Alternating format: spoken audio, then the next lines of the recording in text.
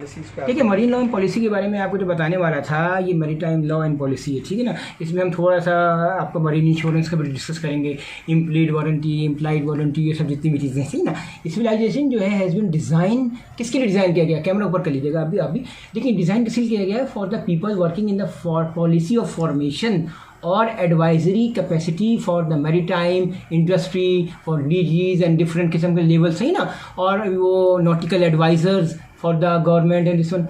फिर क्या होता है, वेदर इन द पब्लिक और private sector, mostly in the government sector, ठीक है ना, मगर प्राइवेट वाले भी कर सकते हैं, उनको भी एडवाइजर वगैरह चाहिए, तो इसलिए आर्बिट्रेटर्स वगैरह ये सब उनको एडवाइजर। ऐसा इसमें होता क्या है, it provides essential knowledge and understanding of maritime administration management issues required by the such senior maritime professionals. समझे मेरी बात, senior maritime professional and give in depth of appreciation and advance knowledge of the law policy related to international maritime transportation. समझे मेरी बात। अच्छा, होता क्या है इसमें, देखिए इसमें प्रोवाइड करेंगे a broad overview of appreciation of the role of the government in policy formation for formulation and the administration of maritime affairs of ports and shipping, and define करूंगा the examine of maritime administration and concept clear कैसे होंगे in the terms of governance and organisational structure, utilising the modern management का तरीका, methodologies and techniques. उसमें क्या होता है, such as rational planning, new public management, जिसको हम आजकल के ज़माने में हम क्या बोलते हैं, NPM, public management, public administration, ये हम साथ साथ होता है।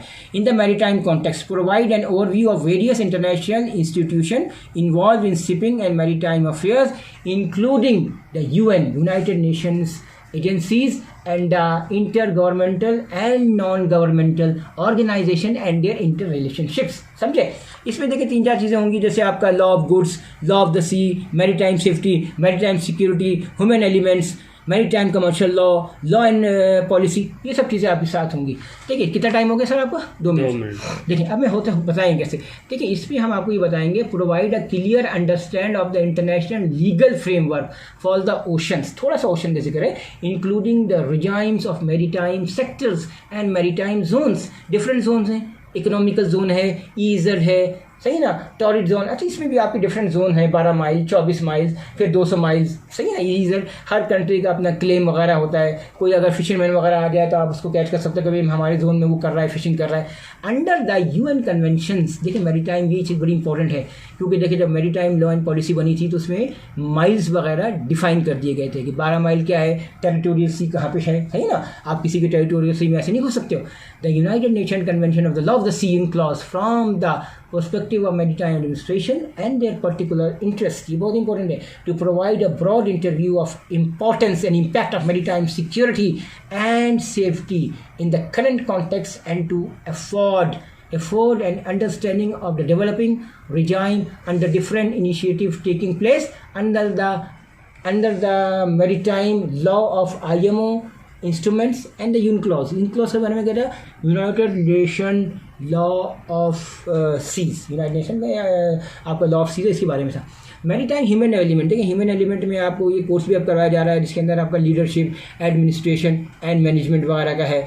देखिए लीडरशिप के बारे में था कि leadership is art not a science, ठीक है ना। मैनेजमेंट इज़ अ साइंस, ठीक है। एडमिनिस्ट्रेशन क्या होता है, वो भी मैनेजमेंट का हिस्सा है। इसमें आपकी बहुत सारी वो चीज़ें पढ़ाएंगे। ह्यूमन एलिमेंट में जब पढ़ाए जाएंगे तो उसमें उन्होंने 16 पॉइंट्स रखे हैं कि देखिए कैसे, जैसे अप्रेजल, प्लानिंग है, एग्जीक्यूशन कराएंगे, आपको मॉनिटरिंग करा देंगे। अब अप्रेजल, प्लानिंग, एग्जीक्यूशन, मॉनिटरिंग जब करा देंगे, फिर वो क्या कराएंगे, आपको वो कराएंगे, देखिए सुपरवाइजिंग कराएंगे, कोऑपरेटिंग, इसमें सबसे इंपॉर्टेंट चीज़ है आपकी supervising, cooperating, coordinating, innovating, staffing, supervising. देखिए ये सब चीज़ें बहुत इंपॉर्टेंट पॉइंट हैं, जिसमें कोऑर्डिनेटिंग, कोऑपरेटिंग, स्टाफिंग, ये 3 4 5 चीज़ें जब आपकी हो जाएंगी तो ह्यूमन एलिमेंट का आपका मसला हल हो जाएगा, ठीक है सर। अच्छा, provide the knowledge of the basic principles of IMO approach to the human element in the maritime sector, in the maritime field, to provide a broad overview of the relevant IMO and ILMO instrument, including the MLC 2006 में आया, फिर 2013-14 इसमें इसका implement हुआ। क्योंकि देखें ये बहुत इंपॉर्टेंट है, ILO का जो बहुत ही इंपॉर्टेंट कन्वेंशन है relating to the maritime labour and welfare of the human beings of the and maritime history, that MLC में क्या है, सबके बारे में, हमारे सीफेयर्स के बारे में बहुत ज़्यादा ख्याल रखा गया है, छोटी छोटी चीज़ों का ख्याल रखा गया है उसका, ठीक है ना। उसमें उनकी वेजेस हैं, उनके अकाउंट्स हैं, उनके उनके रहने का तरीका है, उनको प्रॉब्लम्स हैं, इन सब चीज़ों का MLC में डिस्कस किया गया। तो फाइनली 2012-13 में अप्रूव हो गया। 2006 का कन्वेंशन था relating to maritime labour and welfare in particular and the rights of humans. And फिर आपको फाइनली पता है कि ITF वगैरह भी हमारी हेल्प करता है, ठीक है ना, पता होगा आप लोगों को। Human rights and expectations of seafarers in relation to the occupational safety and personal safety to impact our knowledge and understanding of mandates assigned to the maritime administration with particular reference to the crew supply, manning, certification of seafarers, to introduce obligations related to the maritime safety and security and piracy of the sea.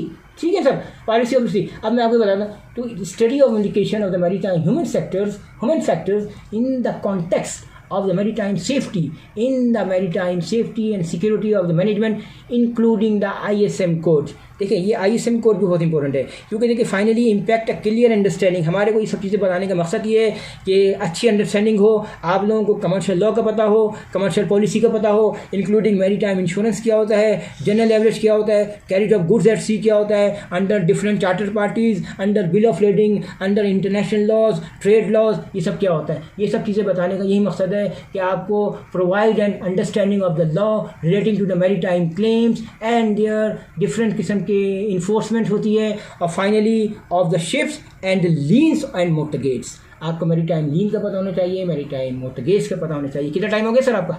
3.5 minute. 3.5 minute. 6.5। Okay, अब मैं आपको बता रहा था कि law and policy related to the marine environment. इसमें marine environment का भी बड़ा डिस्कस है, क्योंकि देखिए मरीन एनवायरनमेंट में अगर आपने गलत कर दिया, आपने जो है मतलब बहुत सारे इसके लॉ हैं, ऑयल पोल्यूशन है, मरीन पोल्यूशन है, इसके लिए फिर आपके क्लब्स बने हुए हैं, पीनाई क्लब्स हैं, ये सब चीज़ें, क्या आपने पोल्यूशन कर दिया, तो ये सब चीज़ें भी हैं। क्योंकि देखें लॉ और policy related to marine environment ये बहुत स्ट्रिक्ट है।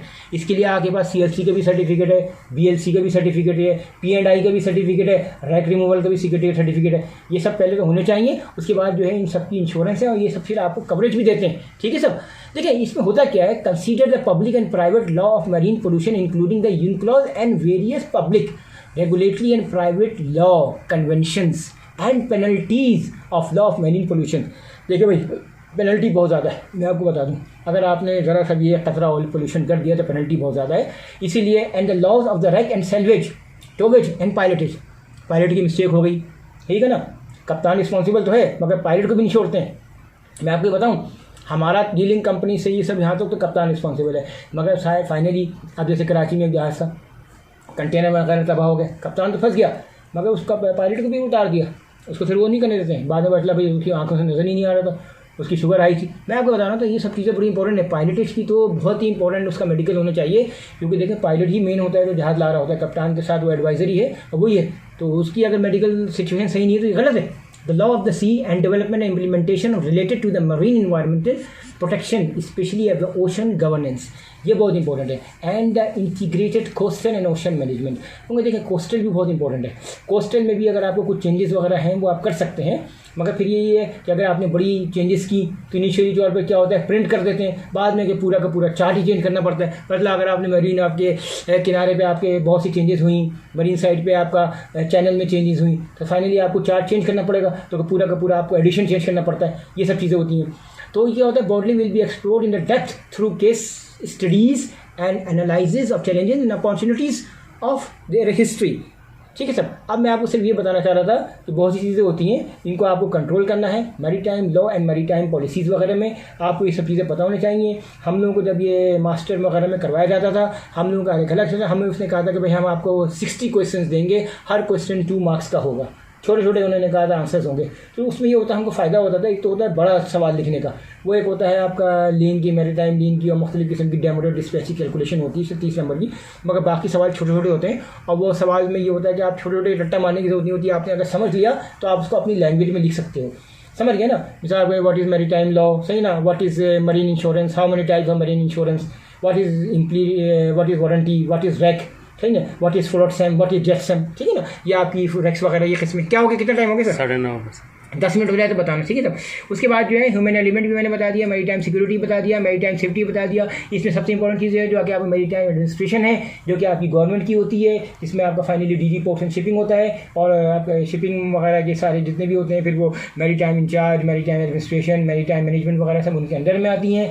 फिर ये आपका पोर्ट्स वगैरह होता है, उनका अपना एक चेयरमैन होता है, आपका नेशनल शिपिंग होता है उसका अपना चेयरमैन होता है। Maritime law and policies वगैरह वो सब को पता होना चाहिए, ठीक है ना। फाइनली हमारे जो P&I वगैरह होते हैं उसकी भी अपने सर्वेज होते हैं, ये लॉ वगैरह पॉलिसी वगैरह सबको होना चाहिए। शिप मास्टर को इतना पता होना चाहिए कि मतलब उसको NOR वगैरह ये वो लीन वीन ये वो समझ गए ना, उसको अपनी सब चीज़ें पढ़ने आनी चाहिए।